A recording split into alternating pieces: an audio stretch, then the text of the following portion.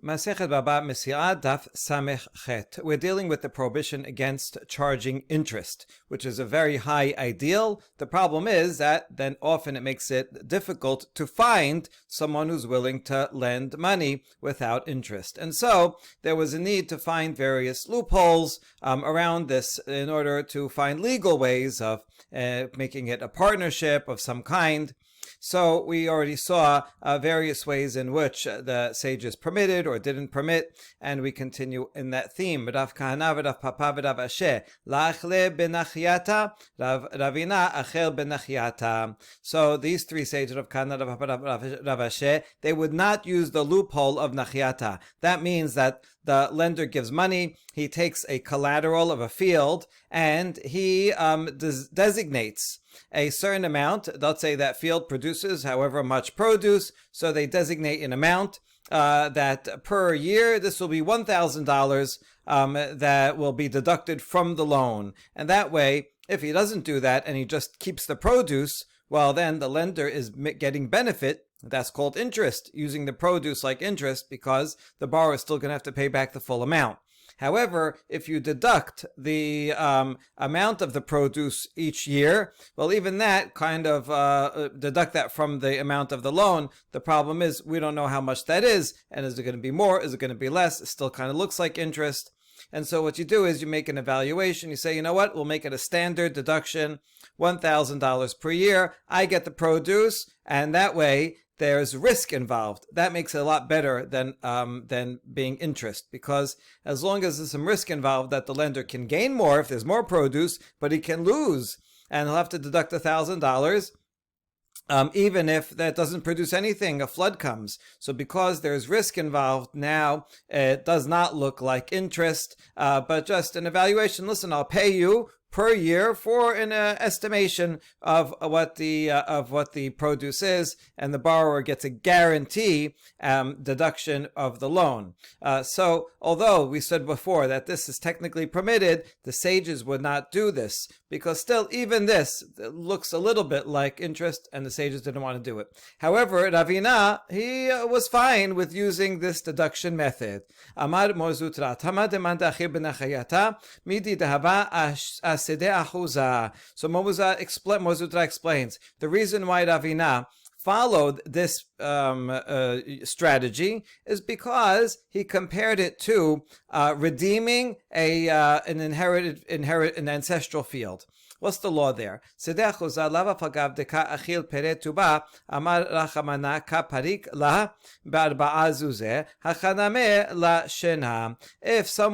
donates their ancestral field, makes it hekdesh, he or anyone else can redeem it before the Yovel year, and there's a standard amount of the redemption. It's 1 sela per year.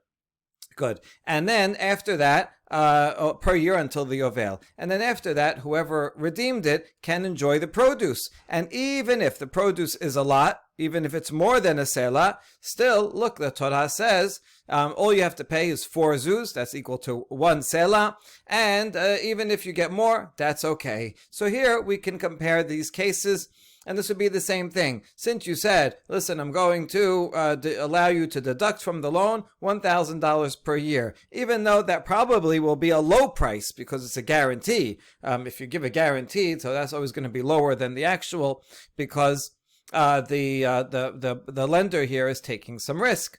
And so even though he's likely to get more produce than that, still that's okay. So you see why by comparing it, the Torah says it's allowed, so this is allowed too.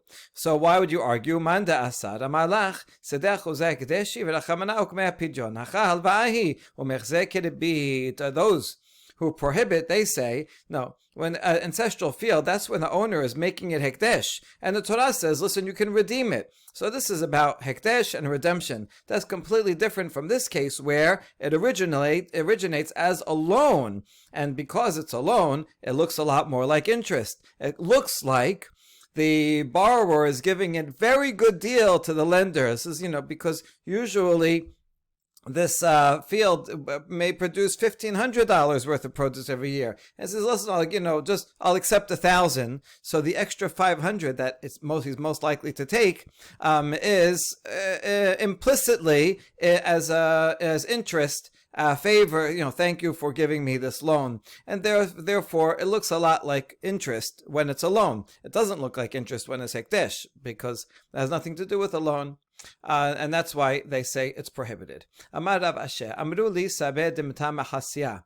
Seta mashkanta shata. Rav Asher says, the elders of Mata Mechasya told me that if you don't specify a mortgage how long it's for, we assume it's for 1 year. Well, now what's the difference? I mean, isn't it going to be tied to the length of the loan? Like whenever the loan is repaid, he gets the mortgage back. So what does that mean, saying that its stam is 1 year? To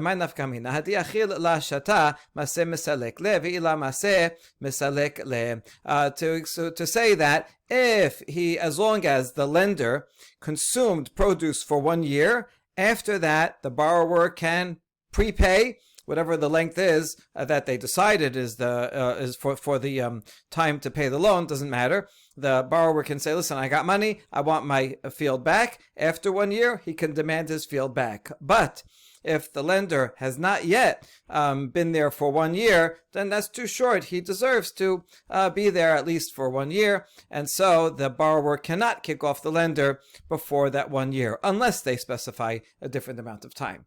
Amar Rav Asher, Amru li sabeb demata mechasya. My mashkanta dishchuna gabe. Rav Asher says another definition in the name of the elders of Mata Mechasya. Why is it called? Why is there a mortgage called mashkanta?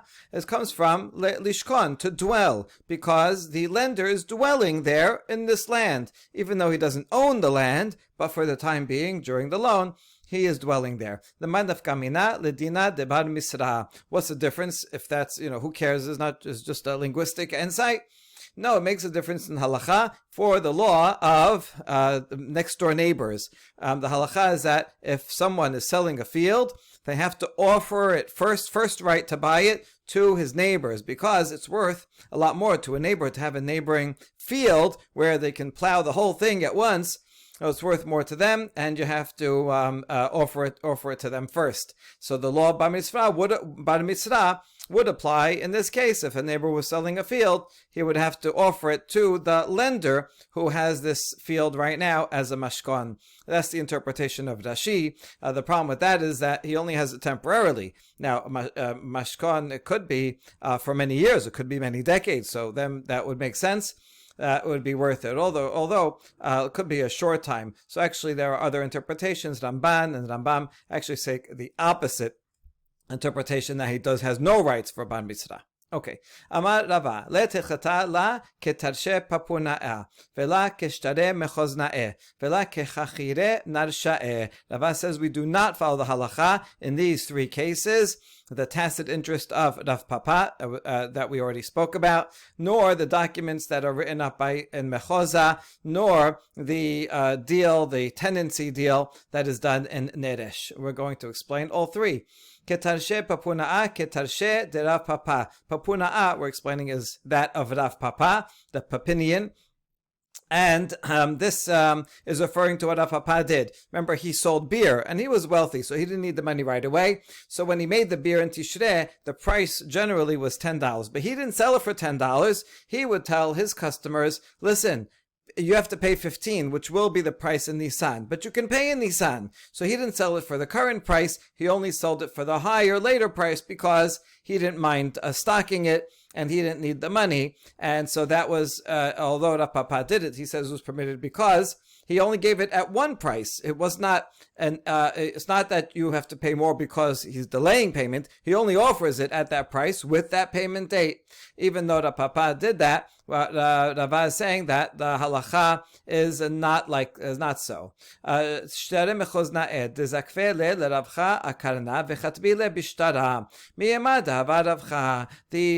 documents in Mechoza, this is what they would do. They would say, let's say the lender is lending $100 and the borrower is going to do business with it.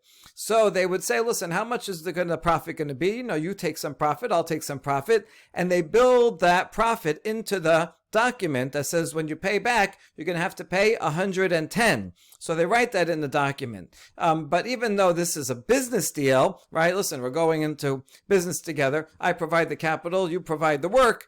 And so then you're gonna give me back, or we'll estimate what the profit is. And they figure, based on this deal, they're gonna go buy this and sell it there.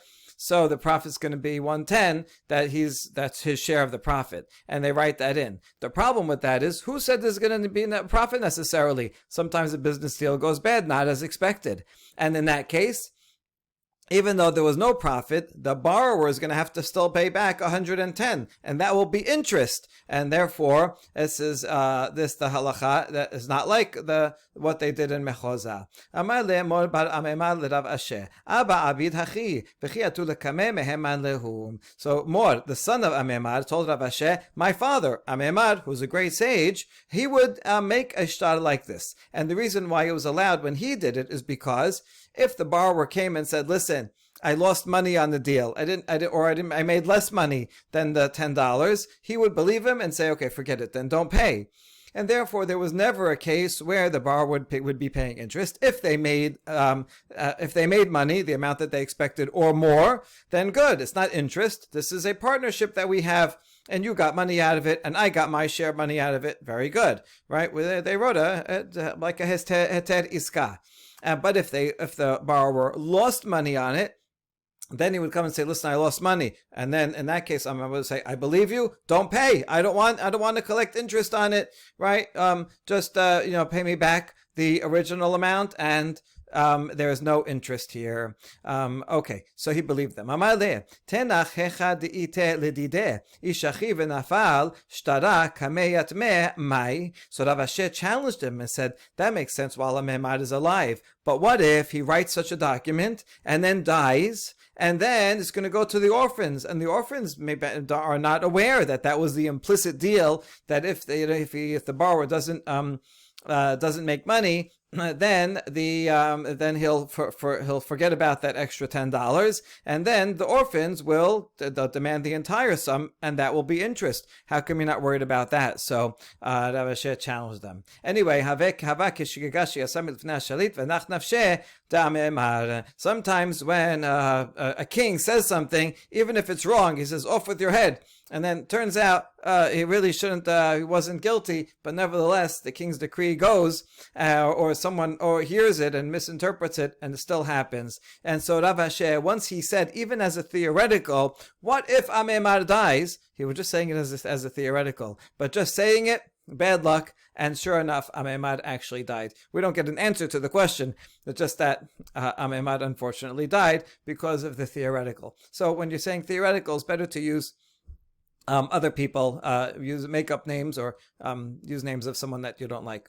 Chachire narsha'e dechatvi hachi mishken le pelanya ar'e de planya. Now, what is this tenancy deal that they did in Neresh? They would write in it as follows. This land is a mashkon from this person to that person, right? From the borrower to the lender. He said, here's you hold on to this land as a collateral, as a mortgage for this loan. And then immediately, the lender, who now has control of this land, would lease it back to the borrower with some terms in which some of the produce would go to the lender. And so this is a two-step process, which each step by itself is permitted. But the problem is, when you put it together, it kind of looks like interest, because the people looking on, they say, when did this lender acquire the field that he is transferring it back? They never saw the transfer one way to know that it transferred the back. From their perspective, outsider's perspective, it looks like the borrower got $100,000 a loan from the lender, and He is taking produce from his own field and giving it to the lender, all in the meantime. Well, that looks like very much like interest. They won't realize that actually this land is a mortgage, and it's mortgaged over to the lender, and then the lender leased it back to the borrower. And so, right, each step by itself is permitted. He has, since it's his mortgage, he has a right to it, to do what he wants with it. He can lease it back to the borrower, and then with lease terms. Oh, I could lease it to someone else too. You lease terms, you have to pay me this produce. So even though each step by itself is okay, when seen together, it looks like interest.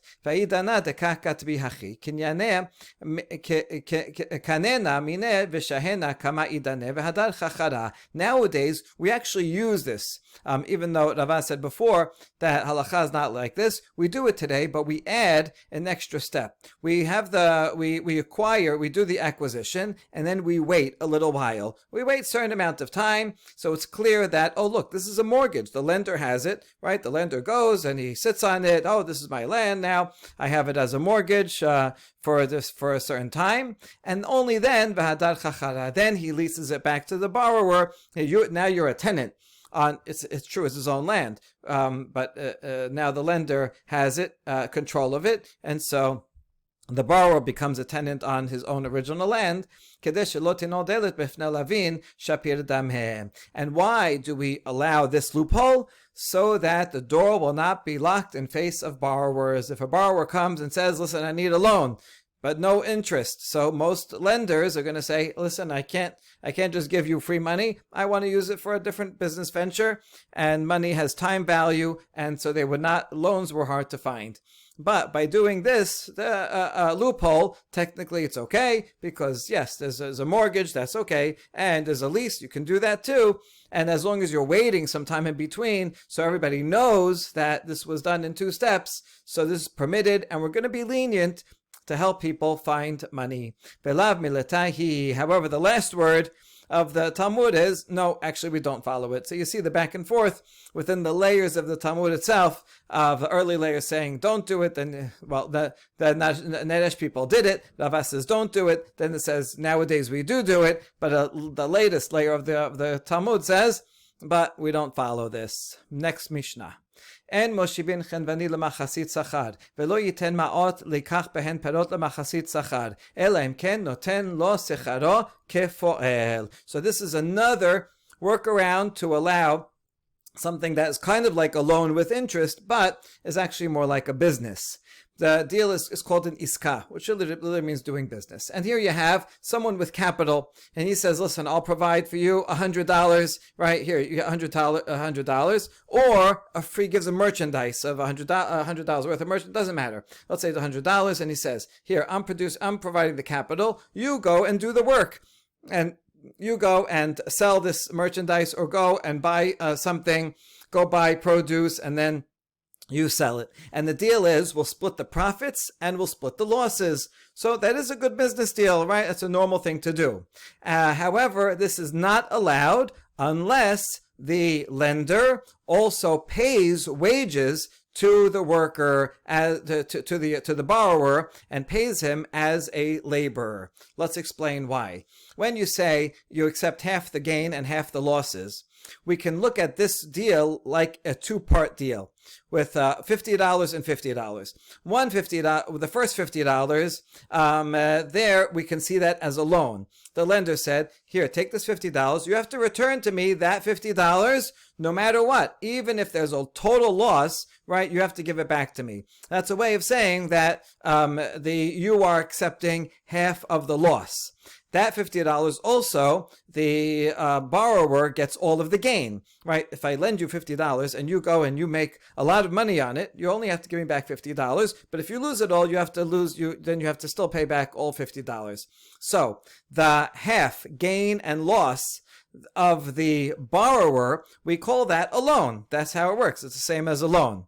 And the other $50, that the lender gave, where that we see as an investment here, or take this money. It would be the same as if I hired you to go and be a salesman for me. I say, here's some stock, or here's some a stock of goods, or here's some money, and I'll hire you at a certain $5 an hour, and to go and sell this stuff for me. In which case, I get all the profit and I accept all the risk of the loss, and you just get your money. So if we split it into two like that, and now if I don't pay you for your time, since you're getting half the benefit, then what does it look like? It looks like as follows. I gave you $50 as a loan.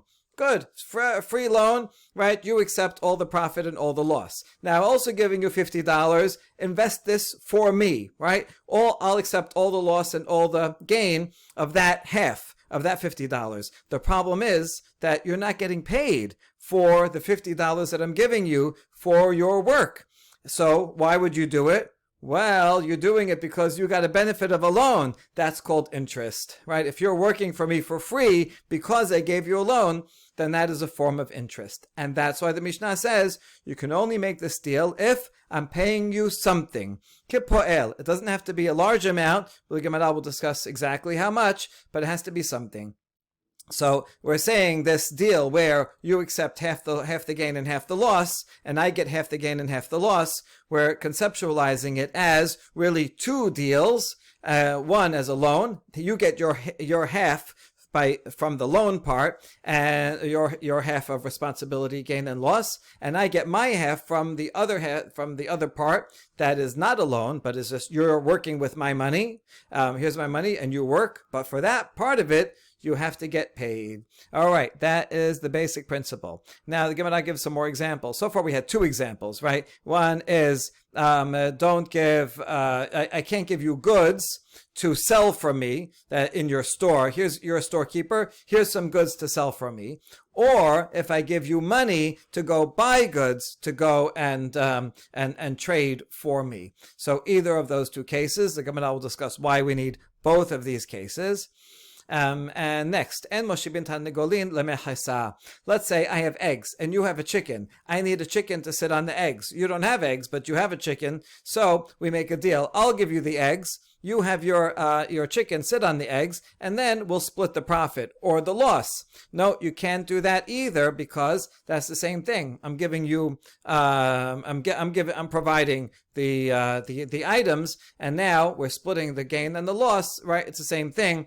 Your half of it is considered like a loan, and now the other half you're working for me, but I'm not paying you, so you cannot do that either. And the same thing. I cannot give you calves or foals to raise for me. You're a shepherd, and you get half the gain and half the loss, and then give it back to me. You can't do that either. In this case, I have to pay not only your labor, some amount for your labor, but also the food to feed the animals in the meantime, because this is a partnership. So I have to, if you pay for the feed from your pocket, then that's something that you are benefiting to me because I gave you a loan. The loan is the half that you are responsible for. So that also is not allowed unless I pay for those items. Aval mekabelin agalin usyachin lemechesa umegadelin otan ad sheyush meshulashin v'chamor ad shetehe to'enet. But one thing that you can do instead of paying for the salary and the food is that someone can accept calves or foals to raise to raise for half the earnings, as long as I, the owner of the calves or foals, accept full responsibility for loss. As long as I accept full responsibility for loss, then I can say, listen, I'm the owner and you are working for me. That's totally allowed. Now, I have to pay you for that. Of course, there's no loan here at all. Now, I have to pay you for that. I'm paying you in the form of half of the profit. So then, that's good. You're willing to do it for half the profit. If there's a loss, well, then I won't pay you anything, but you're not out because I'll bear all of the loss. That also is permitted, and then you will raise them until they are 3 years old. If you're going to eat them, that's when they're nice and fat. or if it's a donkey that's not kosher and you can't eat until it's strong enough that it can bear a load, and then you sell it on the market and we split the profit. That way is also allowed because you're not accepting half the loss. So we don't consider half of it like a loan. We consider none of it like a loan. It's all my money that and I'm hiring you to work for me, and your salary will be half of the gain. Tana, kepoel batel, my kepoel batel, amar Abaye kepoel batel shelota melacha de batal minam. So in the first case it says, we cannot do this half gain, half loss deal unless I pay you as an idle laborer. What does that mean? How much would that be? Abaye explains, it's someone, how much would you be willing to be idle from that labor that you would not otherwise be doing? So for example, if I give you money to go and buy produce and sell, so this is a lot of work. You have to go and travel, go to the market, to haggle, find the people, take it, carry it somewhere else, sell it. It's a lot of labor, a lot of sweat. So let's say if you do that, you spend the whole day doing that, you make $500 for the day. How much would you be willing to take to not have to do that and to sit and just be, watch cucumbers, an easy job, right? Would you take 400, 300? Maybe you would take 200. Okay, for 200, I'd rather not do all the work and make less. This doesn't work for Americans. Americans would rather work hard and make more money. You have to think of a Frenchman, right? Hey, you can work half the time and you can make much less. I said, okay, I'm in, as long as they don't have to work. All right, so you have to think, well, what's the average person? How much would they take? That's how much you have to pay. In other words, you don't have to pay them their full salary. After all, this is what they're doing anyway, and they're doing it for themselves because they get half of the profit. So I don't have to pay them a full amount as if I was hiring someone outright with all of my own money. But I do have to pay them as an idle worker at least. Usiricha. Di tanachen vani hu desagile kepoel batel. Mishum de la nafish tirha aval maot dikach behen perot nafish tirha ema la sagile kepoel batel. Now why the Mishnah in the beginning give two different cases of either I give produce to a store owner to sell for me and we split the profit, or I give money to a merchant to go and buy goods in the marketplace to trade for me. I need both of them, because if I only had the store owner, that would be enough just to pay him as an idle worker, because he doesn't do much. He has a store anyway, and he's just sitting there and he's taking customers, so it's not that much work to be the store owner. However, the money, if I give someone money to go and buy produce for me, that is a lot of work, and I might have thought that paying him as an idle laborer would not be sufficient. So that's why I need that second case to say that even for the guy buying produce, that's sufficient. V'itana ma'ot likach behen perot, hava minatana tatam hu deba'e kepoel batel. Mishum de nafish tirche, avel chen vani de la nafish tirche, ema sagiluhu b'mashu be'alma, tafilu lo tabal imo ela besir, lo achal imo ela gerogeret ehad, if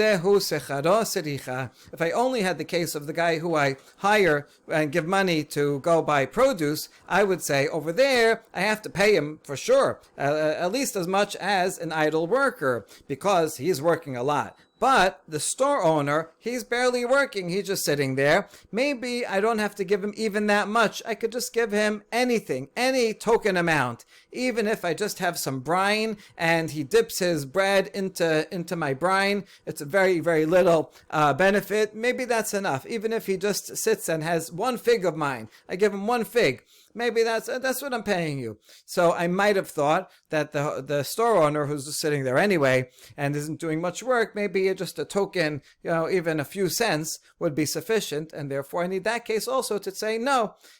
Even for the store owner, you do have to pay him at least as much as someone would take to be an idle worker. Next, we're going to see a few more Tanaitic opinions about what is the amount of wages that is sufficient for the lender to give to the borrower in order that it not look like interest in a case of iska.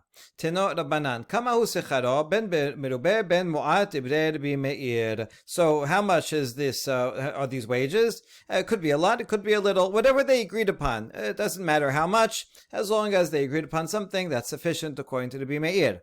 Rabbi Yehuda Omer afilu lo tabal imo el besir velo achal imo ela gerogeret achat zehu secharo. Rabbi Yehuda says even if they didn't agree upon any amount from before, it just is a minimal amount. Even if the lender allows the borrower to dip his bread in a little bit of his brine or shares with him one fig, that's all that you need. Rabbi Shimon ben Yochai Omer noten lo secharo mishalem. However, Rabbi Shimon ben Yochai says he has to pay him full wages like a laborer. Teno Rabbanan en shamin lo et ha'izim velo et ha'rechelim velo. If one person owns animals and he wants to give it to a shepherd, and they're going to make a deal like this, that they each have half of the gain and half of the losses. When it says shamin, to make an appraisal, where you would make an appraisal before the deal starts to see how much are these animals worth, just in case there's a loss, then they'll know, oh, you lost the animals, this is how much they were worth, okay, you have to take half the loss and I take half the loss. So you cannot do an iska deal, and Shamin basically saying you can't have the shepherd accept half the loss without payment of wages. If it's an animal that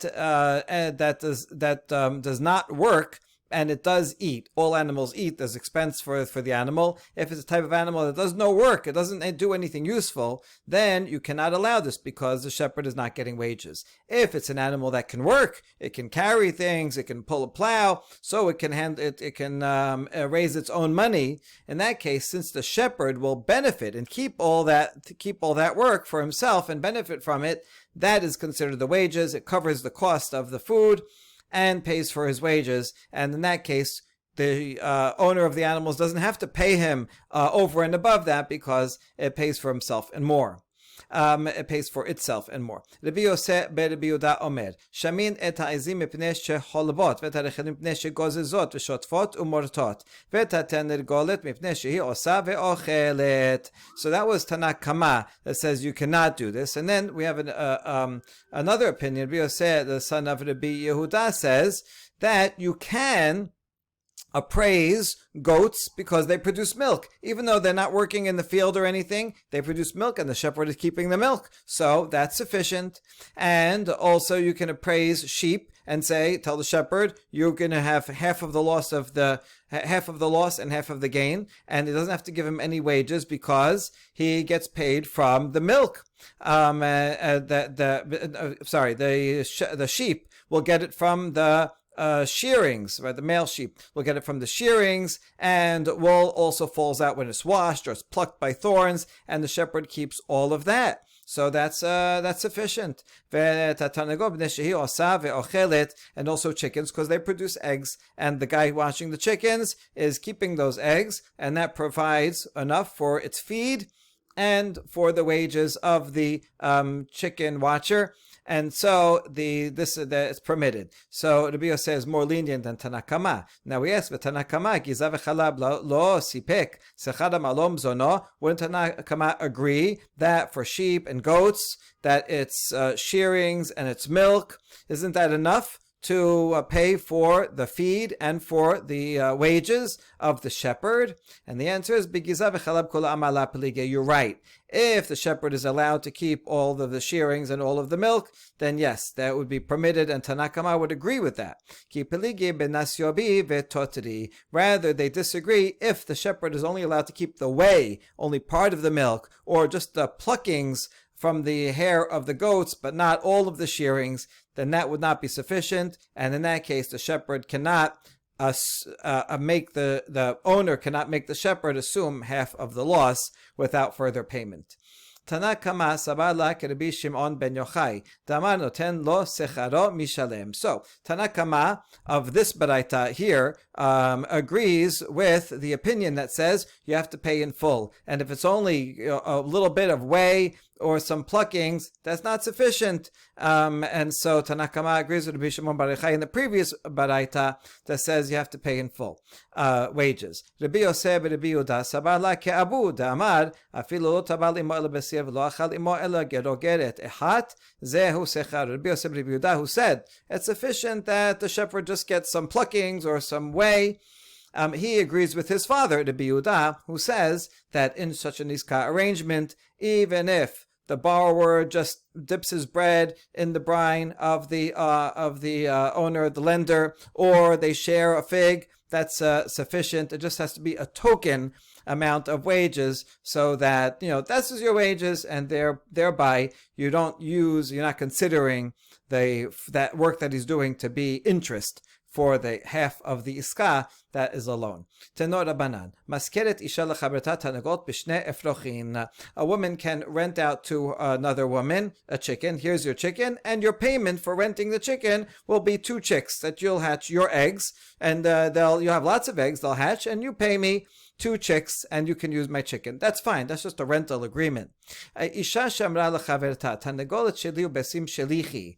And now, if you have, a woman says, the chicken is mine, the eggs are yours. Let's make a deal together. And we'll split it half of all of the profits. Rabbi Yehuda matir, Rabbi Shimon oseh. Rabbi Yehuda says, okay. Rabbi Shimon says it's no good, because here, same as in Iska before, the owner of the eggs is basically lending them out to the owner of the chicken, and they're splitting the benefit and the loss. However, she's not getting any wages, and so splitting the loss. So why would she work for free and grow these eggs with her chicken? That free work is like interest for the half that's a loan. So that's why Rabbi Shimon says it's no good. Why is Rabbi Yehuda says okay? I mean, Rabbi Yehuda said before you need a little bit of wages, but it has to be something. And here we don't see any wages at all. Rabbi Yehuda la ba'es echad malom zono. Doesn't Rabbi Yehuda require some amount, a fig, something or other? Ikabesim muzarot.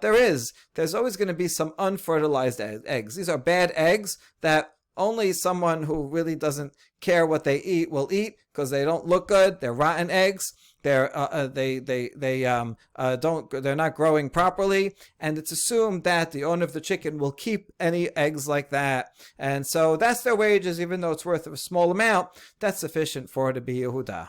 תנו רבנן, מקום שנגעו לעלות שכר כתף למעות לבהמה מעלין, ואין משנים ממנהג המדינה.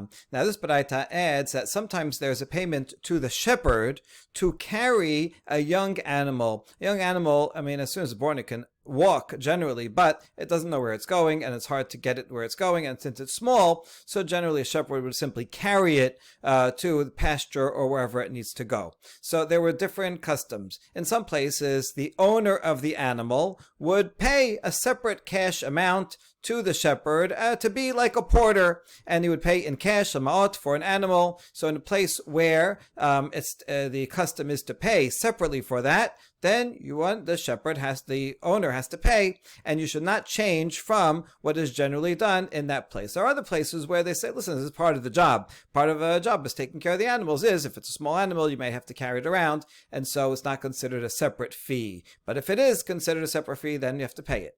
רבן שמעון בן גמליאל אומר, שמין עגל עם אמו ושיח עם אמו ואפילו מקום שנהגו לעלות שכר כתף למעות. Rashbag, however, is a little bit more lenient, and he says if the shepherd is already taking care of a mother of a calf, or a mother of a foal, then since the small animal, the baby, will generally follow its mother, so it's not hard to take care of. The mother's going to go to pasture and the baby's going to follow along. So the mother is doing most of the work for the shepherd and taking care of the young. And therefore, even a place where, if it was only taking care of the baby, then he would have to get paid as a porter. But if the mother is with it, then the owner of the animals does not have to pay the shepherd for carrying the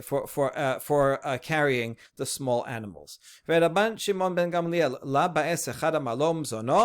we ask, according to Rashbag, don't you require that the shepherd is going to pay that the owner is going to pay the shepherd. Let's say they're making an iska and they're saying, you have half the gain and half the loss. Doesn't he have to pay at least for the wages and the food? So if he's not paying him, see, according to Tanakama, although since he's paying him for being a porter, okay, so there's wages there. That's good. But according to Rashbag, he's not paying any wages in the case where the mother's around. So now there are no wages being paid. Now this is a problem of being in iska, and the amount his work is considered interest on the half that's a loan. So we answer, there's always dung that the animal makes, and that's some benefit. And again, we're following the opinion that does not need to be a lot of benefit, even just a small amount that the shepherd can keep, and he can use that as fertilizer and sell it for a little bit. However, the other opinion, Tanakama, says, no, dung is worth so little that generally the shepherd is just going to declare it ownerless, right? He's not going to even bother to have to collect it and carry it and sell it. It's not even worth the effort, so that's not considered wages. Amar Rab Nachman, halacha k'Rabbi Yehuda, v'halacha k'Rabbi Yosef Rabbi Yehuda, v'halacha k'Rabban Shimon ben Gamliel. Rab Nachman says halacha is like Rabbi Yehuda above, that says that a lender only has to pay a token amount. Just dip it in brine or share a fig is sufficient. And Rabbi Yosef followed his own father his opinion, who said that even just the hair that is plucked out of an animal, that's sufficient. And also follows Rabban Shimon ben Gamliel, who says that you can consider the dung of the animal, even if the owner is not paying for the wages of a porter because it's with its mother, you can consider the dung just that little bit to be sufficient to permit a iska situation, because since the shepherd is getting some token amount of wages, we say, okay, that's the wages for your helping out and dealing with the owner's animals. So then half of it is considered a loan. That's a free loan, and half of it is a partnership, and you're getting paid some little amount for doing the work on behalf of the owner. As long as you're getting paid something for selling or taking care of the half share of the owner's animals, then we consider that a separate deal, and the loan in which he gets that benefit and loss is a separate deal. As long as there's a little bit of wages to cover that, it's not considered that it looks like interest and is permitted. Baruch Adonai Leolam, Amen v'Amen.